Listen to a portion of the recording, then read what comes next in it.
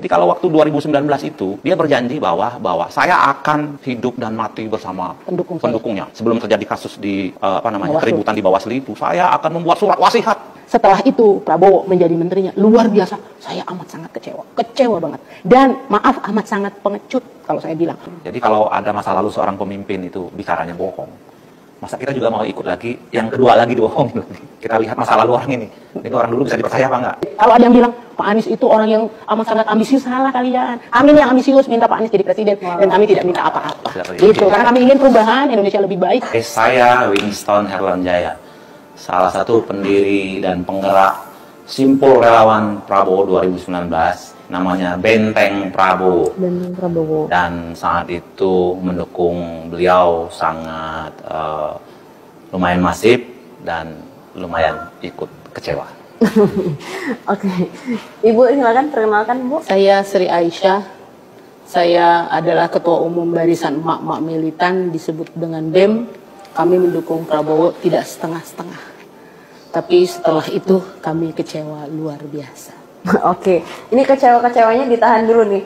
Boleh diceritain dulu nggak sih Pak, Bu, alasannya kenapa waktu itu sangat mendukung Prabowo? Saya secara pribadi sih, waktu itu ada kasus penistaan agama yang oleh Ahok 2017 itu ya. Mulai dari itu kita ada jarak tuh dengan Jokowi, sehingga rasa kepercayaan kepada beliau itu berkurang. Pada 2019 timbul kita mencari figur baru. Nah, kebetulan si Pak Prabowo ini mencalonkan, dia meyakinkan para konstituen dan para relawan ini, saya bisa menjadi sosok yang bisa mengayomi saya sebagai umat Islam, dan bisa menjadi sosok yang lebih baik daripada Presiden Jokowi yang saat itu saya pikir menjadi saya memiliki ketidakyakinan bahwa beliau bisa membawa Indonesia lebih baik. Dan itu bisa kita lihat dari hasilnya sekarang. Jadi kita sudah sadar itu dari jauh-jauh tahun 2017 dan hasilnya terbukti sekarang. Oke. Kalau Ibu, Bu, alasannya Bu? Waktu itu kami mendukung Prabowo. Kami ini, saya mewakili BEM ya, karena BEM itu kan banyak banget emak-emak memilih Prabowo itu karena mengikuti istimewa ulama. Waktu itu ulama mendukung Prabowo, dan kami bekerja nggak setengah-setengah, kami bekerja total untuk memenangkan Prabowo. Itu dah dilihat dari 2014, 15, 16. Saya sempat ketembak di depan KPK 20 Mei setelah Ahok itu menggusur akuarium. Bagaimana penderitaan masyarakat Jakarta. Saya ingin nggak Jakarta aja yang berubah, tapi Indonesia ada perubahan. Tapi kenyataannya jauh api daripada panggang. Begitu, Mbak.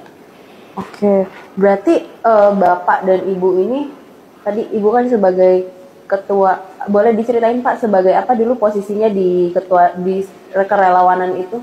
Kalau Ibu Aisyah ketua umum Barisan Emak-Emak. Barisan Emak-Emak umum ya. Ini artinya membawahi seluruh Barisan Emak-Emak militan nasional. Kalau Bapak Winston sendiri? Kita Simpul Benteng Prabowo namanya. Bapak jadi sebagai?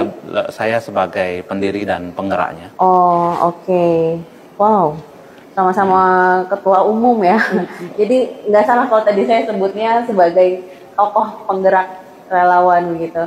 Kekecewaan kepada Prabowo itu kenapa gitu? Kenapa bisa merasa kecewa sama Prabowo? Jadi Bapak duluan. Kalau saya pikir sekarang ini kan kita ini sudah dari 2019 sudah melampaui, sudah menjangkau 5 tahun, 2024 sekarang ya. Jadi beliau mencalonkan lagi. Saya sebagai mantan pendukung beliau itu merasa bahwa sudahlah, jadi menurut saya Indonesia ini butuh figur yang berintegritas. Jadi kemarin kita kan ada debat, Hana ada debat capres tanggal 7 kemarin, 7 malam itu kan temanya tentang soal pertahanan dan keamanan. Saya berpikir simpel, soal pertahanan keamanan ini harus dimulai dari profil seseorang capres tersebut. Yang harus dipegang seorang capres itu adalah bisa nggak dia megang janjinya kepada pendukungnya dulu. Jadi kalau waktu 2019 itu dia berjanji bahwa saya akan hidup dan mati bersama pendukungnya. Bahkan di 2019 itu ada pertemuan di Hotel Sahid dan saya menghadiri juga sebelum terjadi kasus di keributan di Bawaslu itu. Saya akan membuat surat wasiat. Surat wasiat loh Ibu, ya dengar juga ya. Saya pikir waduh hebat deh. Ini idola saya ini akan membuat surat wasiat, akan bertempur pada titik darah penghabisan. Tapi hasilnya apa? Banyak orang meninggal di Bawaslu mendukung beliau itu. Tapi kenyataannya beberapa hari kemudian beliau duduk di bukan di kereta di MRT ya, apa itu naik dengan Pak Jokowi itu.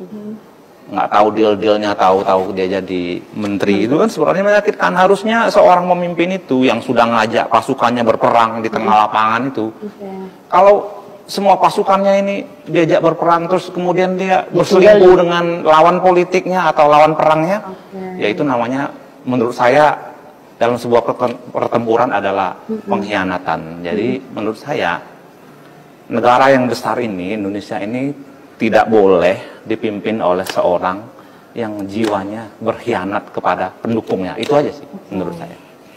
Ya, kalau kami para emak-emak sudah bergerak totalitas, nggak cuma tenaga, pikiran, tapi uang juga. Walaupun nggak seberapa, uang saya nggak seberapa lah dengan uangnya Pak Prabowo, tapi itu menunjukkan bahwa kami totalitas. Kami juga memprotes Bawaslu, kan tahu ya bagaimana kami lari-lari di depan Bawaslu, bagaimana kami bermandikan air hujan, keringat, bahkan gas air mata. Itu totalitas kami. Pada saat setelah itu Prabowo menjadi menterinya, luar biasa, saya amat sangat kecewa banget. Sampai semua memori itu saya mencoba menghilangkan, saya hapus semua foto karena saya kecewa. Saya tidak ingin saya punya pemimpin yang janjinya banyak tapi tidak bisa dilakukan, dan maaf amat sangat pengecut kalau saya bilang. Kok mau ya dia bekerja sama? Harusnya pada saat itu kalau dia itu seorang kesatria, ambil sikap bahwa saya harus timbul dan tenggelam bersama relawan saya, timbul dan tenggelam bersama para pendukung saya. Mana janjinya? Saya sekarang tanya sama Bapak, mana janjinya? Gitu. Karena pada saat itu kami totalitas membela Bapak. Gitu.